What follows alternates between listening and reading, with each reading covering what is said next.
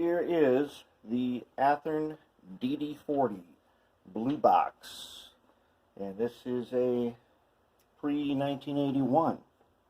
Now, I got a ton of DD40s,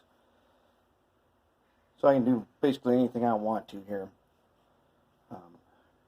I have no shortage of extra DD40s. We're going to take a look at this. This is going to be a little overview. For those of you who don't have one, never seen one, never taken one apart, let's take a look. Alright. There's the shell. We're not going to worry about what we're going to do to the shell yet. I have some ideas, but this is what I got. Take a look at that. Oh, man. You see that? Let's zoom in on that guy. Oh, man. Now that right there is a, well, I don't know. I think I got this at a train show, and I will bet this was like 10 bucks. I don't know if it works. Let's try it. This is the single motor version. Notice, no flywheels, gray motor. I don't know about this light bulb. I know it didn't come with that. And somebody used paper masking tape, which, of course, take a look what happens to it. But it's been a long time. Let's just put on the track, see if we've got anything at all. I have no idea. I've never tested this. Don't know anything about it. Oh, and she shorted. Okay. So much for testing it. It's got a short.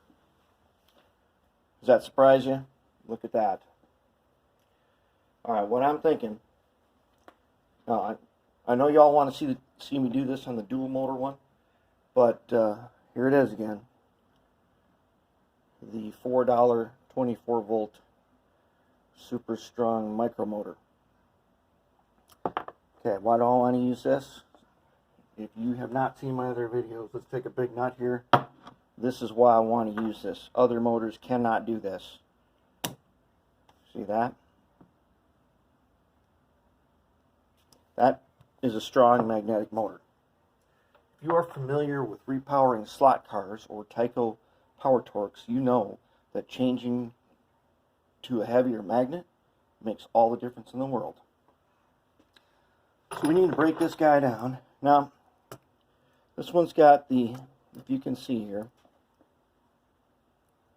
it's so rusty. It's got the sheet metal sides. We can solder to that, and I'll show you how later. It's got truck mounted couplers. I do not want to use truck mounted couplers on this.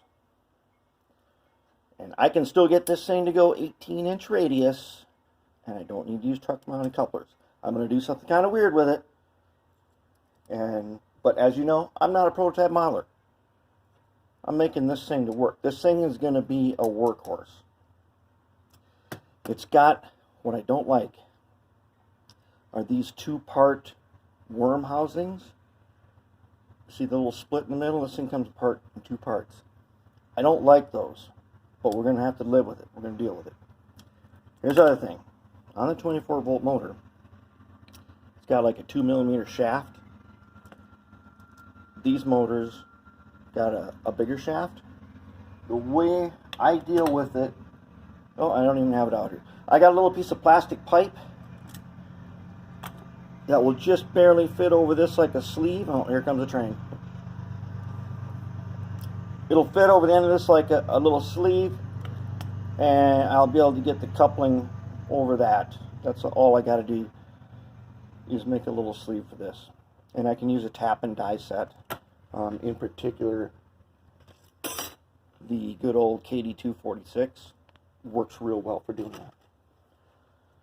So we got to clear this short, get rid of this garbage, and then I'd like to put this guy in there and see what we got. This high torque motor should be perfect for the DD40. And that is about, I think that's all there is to it. One of the things I'm probably going to do So I'm going to beef up the fuel tank. It's a 2-part fuel tank, and I just don't like the way it hangs real low. I'm probably going to build that up with some Bondo. Make it a solid fuel tank, I think. Or maybe not. Maybe I'll make it 2 big fuel tanks. That might be kind of cool too. We'll see. That's all cosmetic stuff. What we need to do is get this thing to work.